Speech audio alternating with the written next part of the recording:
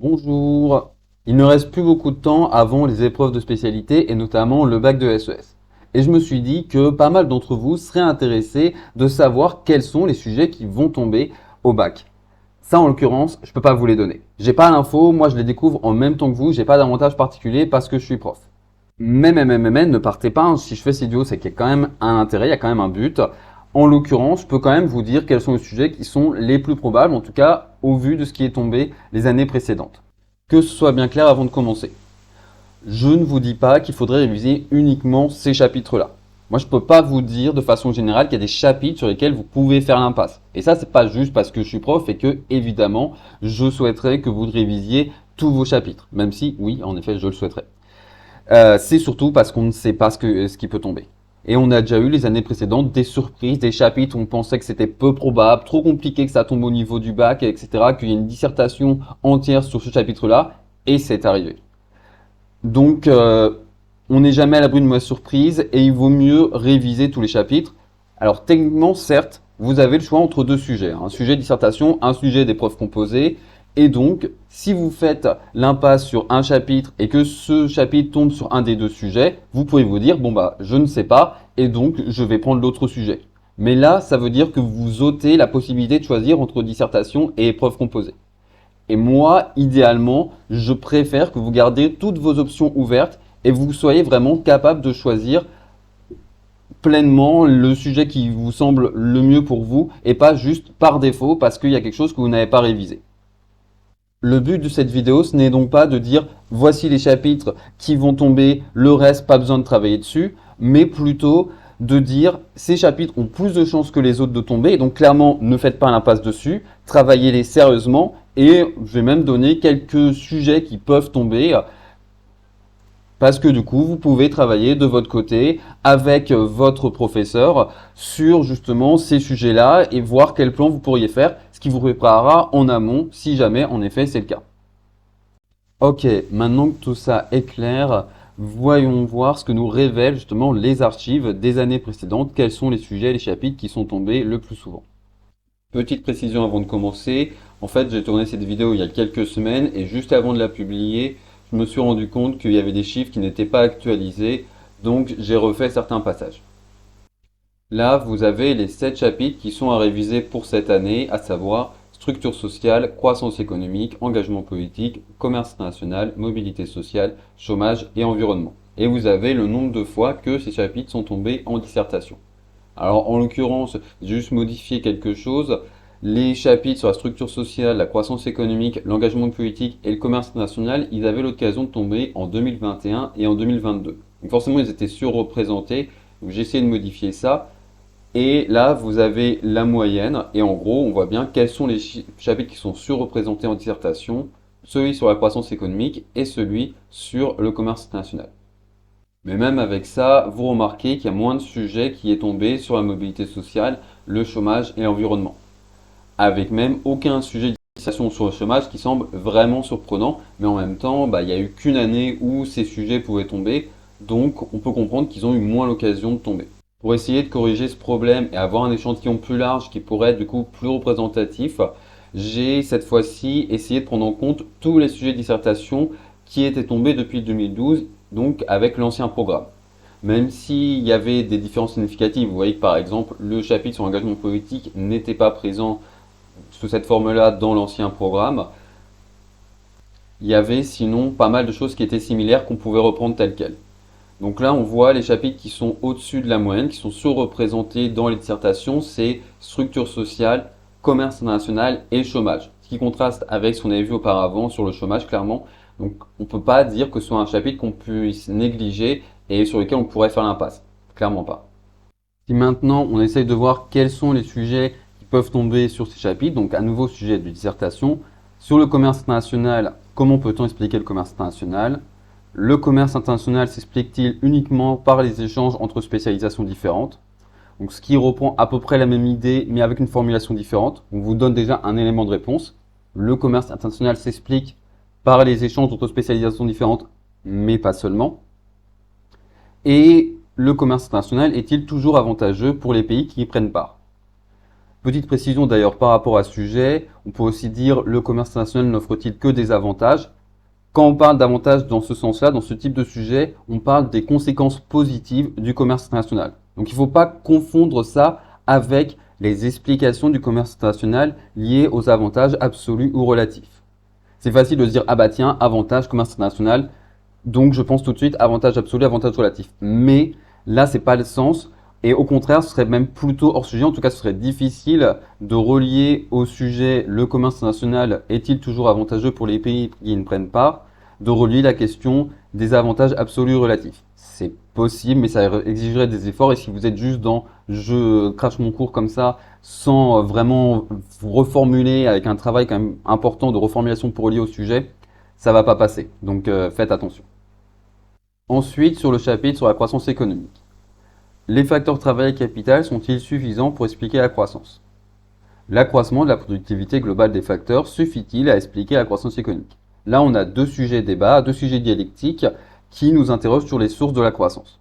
Et en fait, les deux se complètent bien. Vous avez la croissance qui correspond entre autres à l'augmentation des facteurs travail et capital, mais aussi à l'augmentation de la productivité globale des facteurs. Donc ça, ce sont un peu finalement les deux faces du sujet, de la même problématique.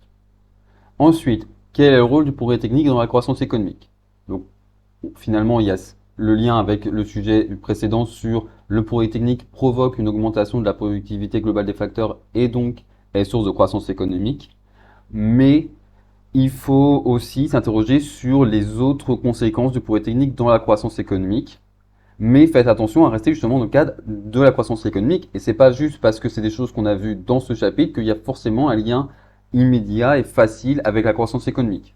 Notamment, dans le chapitre, on dit que le progrès technique est source d'inégalité. Faire une partie là-dessus, finalement, ça risque de faire toute une partie ou une sous-partie sans parler de croissance économique. Donc là, ça risque d'être hors sujet. Si vous tenez à faire une sous-partie là-dessus, il faut bien faire attention à relier ça à la question de la croissance économique, à mentionner la croissance économique dans cette sous-partie. Et moi, ce que je conseille souvent pour les sous-parties où on est à la limite du sujet, c'est plutôt de les laisser pour la fin. Donc plutôt faire ça comme dernière sous-partie, qui serait une sorte de dépassement. Enfin, comment l'innovation peut-elle contribuer à reculer les limites écologiques d'une croissance soutenable? Alors ça, c'est pas un sujet facile pour une dissertation, parce qu'en termes, on voit bien quelle partie du cours ça désigne, et donc on voit facilement qu'est-ce qu'il faut dire, mais est-ce qu'il y a matière suffisante à faire une dissertation? C'est là que ça pose problème. Moi, je trouve que c'est plus facile comme sujet de raisonnement sur dossier. Alors, les petits conseils que j'aurais tendance à donner, c'est de dire, de façon générale, quand vous avez un sujet comme celui-là qui vous dit comment peut-on résoudre ce problème, en l'occurrence reculer les limites écologiques de la croissance soutenable, il faut vous présenter ce problème dans une partie. Donc vous allez faire une partie sur les limites écologiques d'une croissance soutenable et ensuite répondre plutôt au cœur du sujet sur comment l'innovation peut-elle justement contribuer à reculer ces limites. Donc la première partie, elle est moyennement dans le sujet, mais là, je pense qu'on n'a pas trop le choix. À discuter avec votre professeur, hein, peut-être qu'il y a des points de vue différents, mais bon. Et aussi avoir du coup assez de choses à dire pour faire au moins deux sous-parties sur l'innovation qui recule les limites écologiques d'une croissance soutenable. Si vous avez juste quelques exemples, ce ne sera pas suffisant. Donc ça, il faut bien le bosser, c'est compliqué. Moi, clairement, je vous conseille de le préparer en amont plutôt que d'avoir la surprise de vous retrouver par rapport à ça. Enfin, on peut s'intéresser au sujet de dissertation sur le chapitre sur le chômage. Bon, en gardant bien en tête qu'il n'y a aucun sujet de dissertation qui est tombé sur ce chapitre depuis 2020, que tous les sujets de dissertation que je vais vous présenter là sont en fait tombés entre 2012 et 2020, donc avec l'ancien programme. J'ai forcément écarté les sujets de dissertation qui ne correspondent plus au chapitre tel qu'il existe aujourd'hui, mais il y en a quand même qui nous intéressent. En l'occurrence, premier sujet, montrer que la diversité des formes de chômage peut expliquer les politiques d'emploi. Là, finalement, c'est assez simple. On vous demande en gros de présenter la diversité des formes de chômage, conjoncturelles, structurelles, etc. Et de montrer que pour chacune des causes du chômage, il y a une politique d'emploi particulière adaptée. Donc par exemple, pour lutter contre le chômage conjoncturel, il faut une politique de relance de la demande globale, etc., etc. Autre type de sujet sur ce chapitre, dans quelle mesure la baisse du coût du travail permet-elle de lutter contre le chômage? Là, ce qu'il faut bien comprendre, c'est ce que signifie dans quelle mesure. En gros, on vous demande de répondre que dans une certaine mesure, la baisse du coût du travail permet de lutter contre le chômage, mais cela reste limité et donc il faut aussi d'autres politiques de lutte contre le chômage. Donc, dans quelle mesure à chaque fois c'est pour vous inviter à montrer les deux côtés d'un débat, dire qu'il y a des arguments qui sont en faveur de la baisse du coût du travail, mais il y a aussi des arguments qui sont contre. Fondamentalement, c'est à peu près la même chose que sur le sujet précédent, mais là, on vous demande quand même d'axer sur un débat autour des questions de baisse du coût du travail.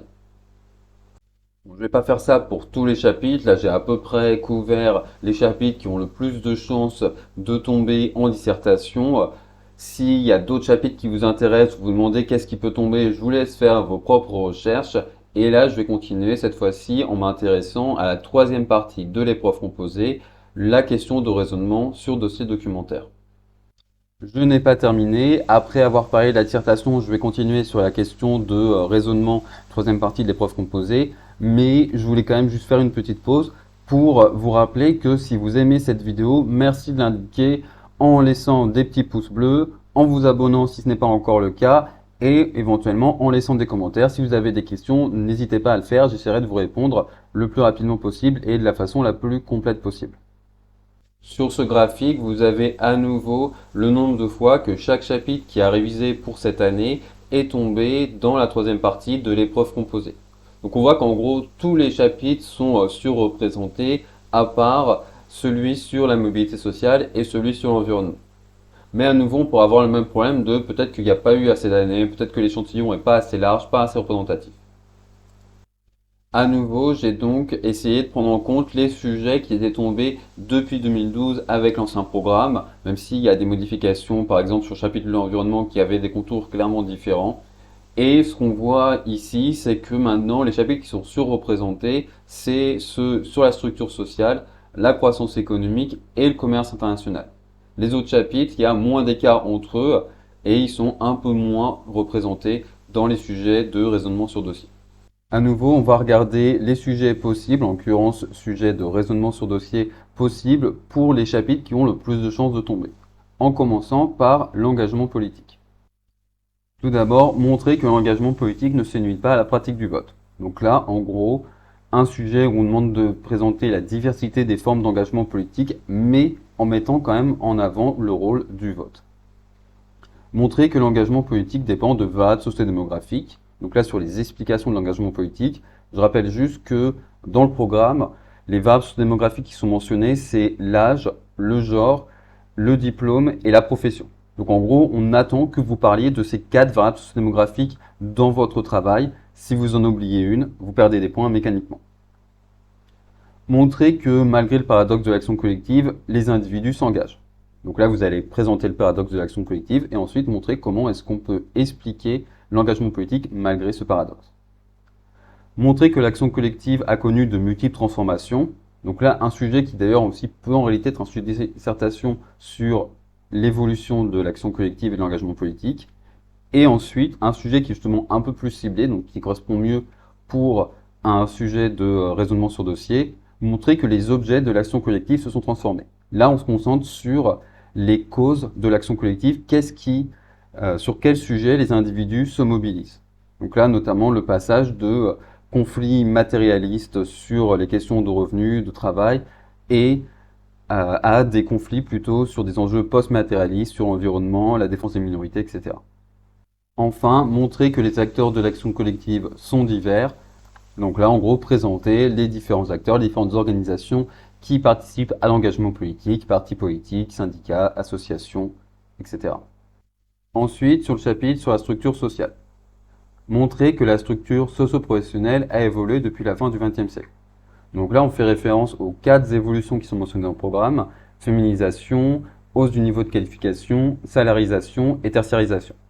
Et il faut donc non seulement dire, ok, il y a ces 4 changements, mais aussi donner quelques éléments d'explication. Pourquoi est-ce que par exemple il y a de la tertiarisation?